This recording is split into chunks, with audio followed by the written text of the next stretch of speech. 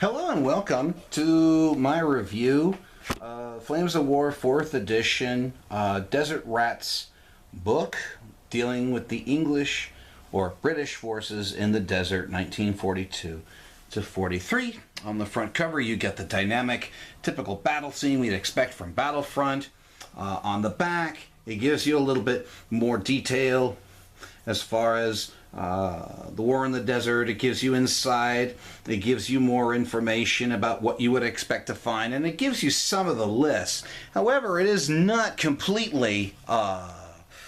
It's not complete. This does not include necessarily all the goodies that we would expect to find in the 8th Army, but this does cover 42-43 for the Desert Rats themselves.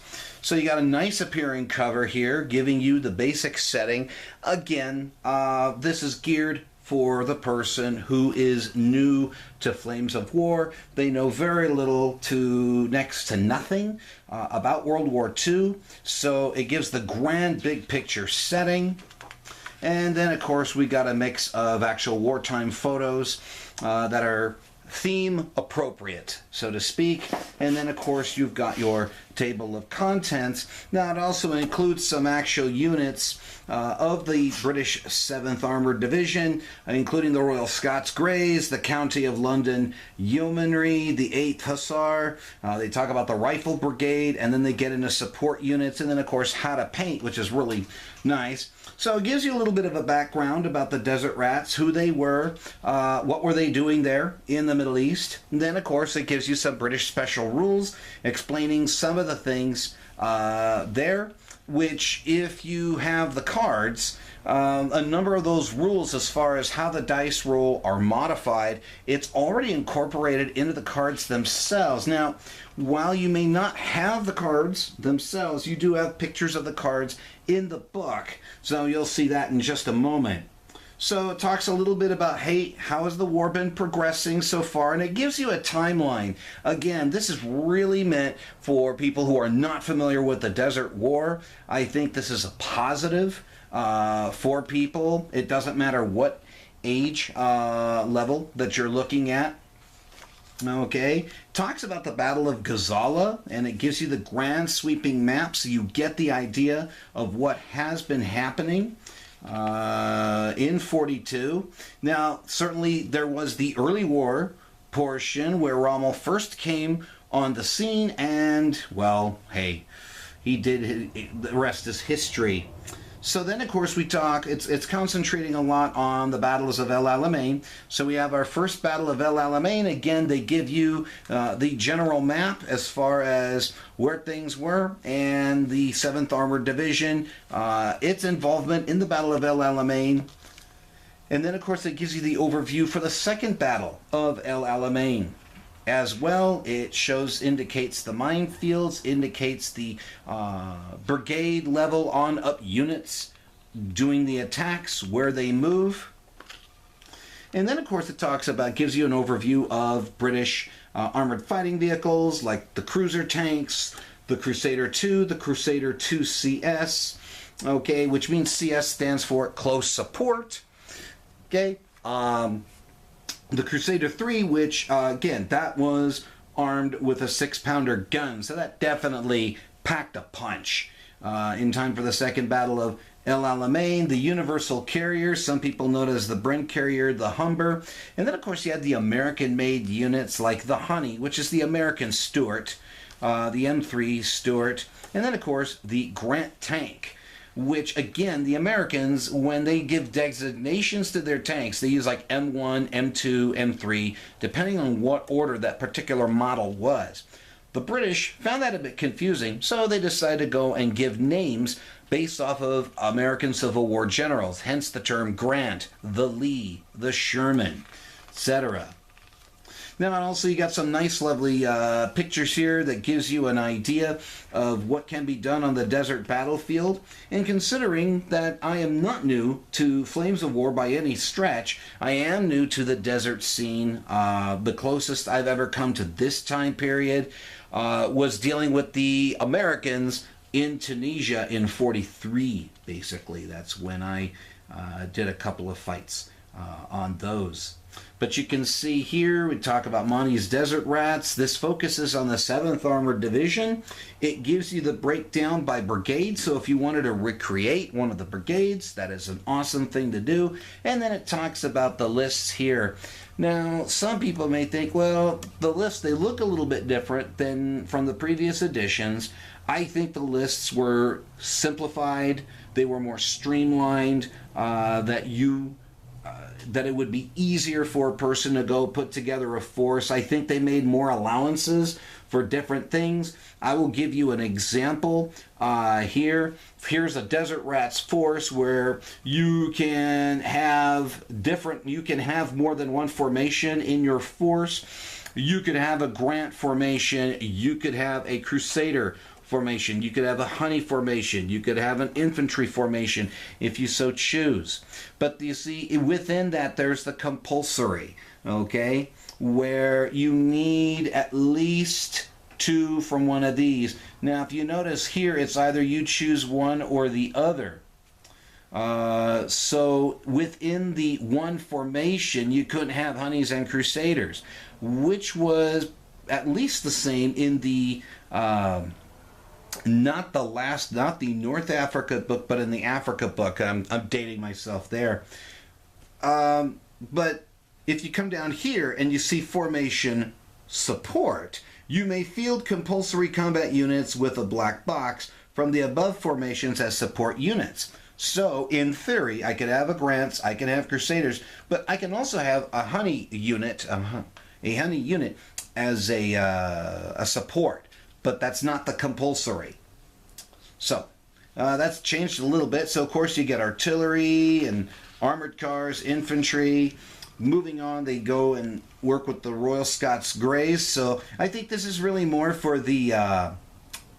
historical buffs. If you wanted to go that route, you can. And then, of course, as far as the information cards, well, basically, you got your information cards on these pages here.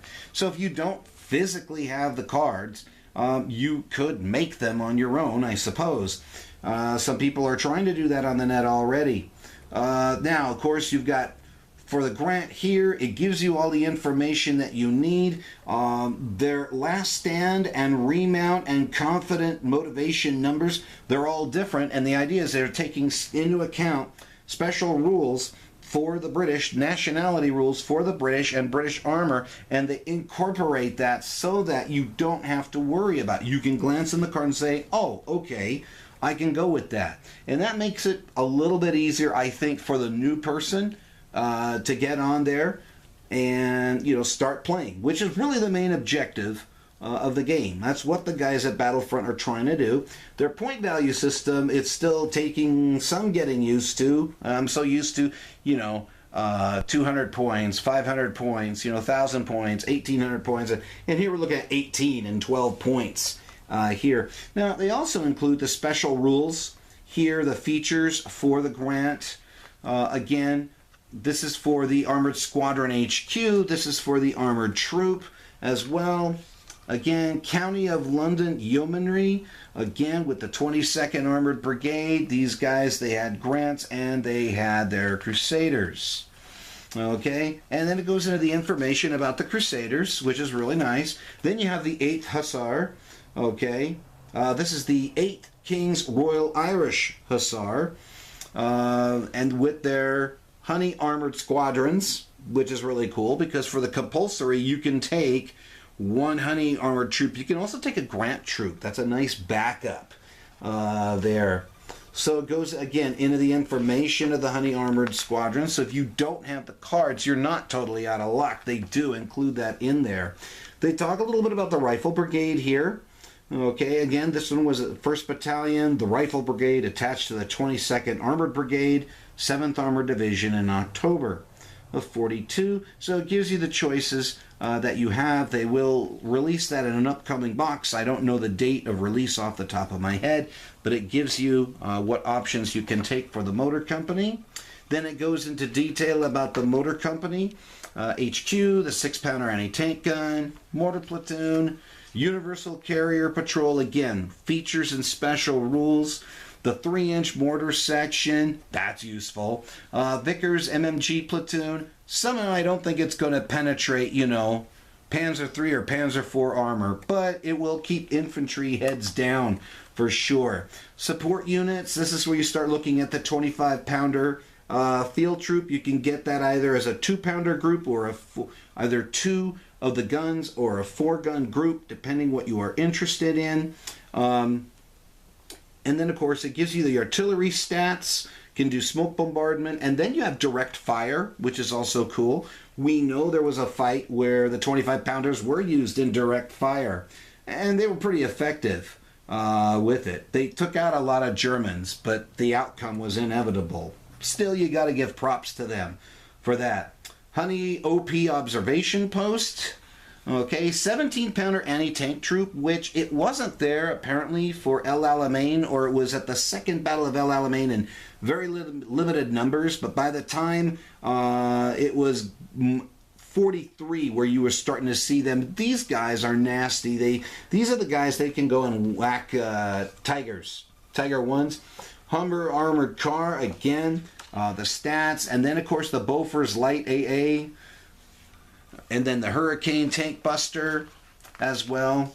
So you got the unit cards. That's really cool. Now they're telling you the tips on how to paint the Desert Rats themselves. This is pretty useful, especially if you're a first timer. Of course, they do give you their version of the paint because they do sell that in a set. I believe it's the Desert Rats paint set. Again, if you're used to painting miniatures like I am, you've got your own selection of paints.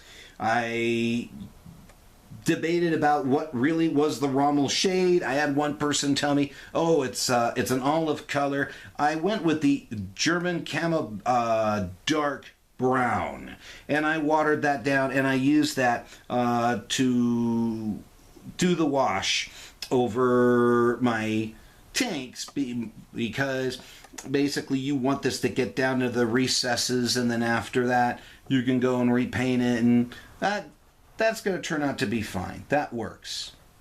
Okay, so with that, again, they show you how to do the tank tracks step by step. I mean, again, this is definitely tips, hints for the beginner. Desert Rats tank markings. Again, this is also very educational because you may look at pictures and you see the squares, the triangles, and what do they mean, and what does the 40 mean. So that's really absolutely useful for the modeler. And then, of course, it shows you how to paint the uniform, the flesh, the weapons. And again, if you've already done this before, you know, more power to you. But again, this is designed to help people getting into Flames of War. The mid-war has not seen a lot attention for a long time, and that's why Battlefront decided to release it with the 4th edition. They started with the North African desert, then later on they're going to go on into the Eastern Front. I'm excited about that. But with that, of course, how to paint the aircraft. They give you the basing guide. Again, they are literally getting all their bases covered, no pun intended. And then, of course, where do you go from here? And these are the possible expansions that you can get, including the paint set. I have ordered Monty's Desert Rats, which will include the full rules. It includes the 2 guns, you've got your Grants, you've got your Crusaders. At that point, I'm probably going to make the guns the 25-pounders. Even then, they give you the choices as to what 25-pounder to make, the early war or the late war version with the muzzle brake.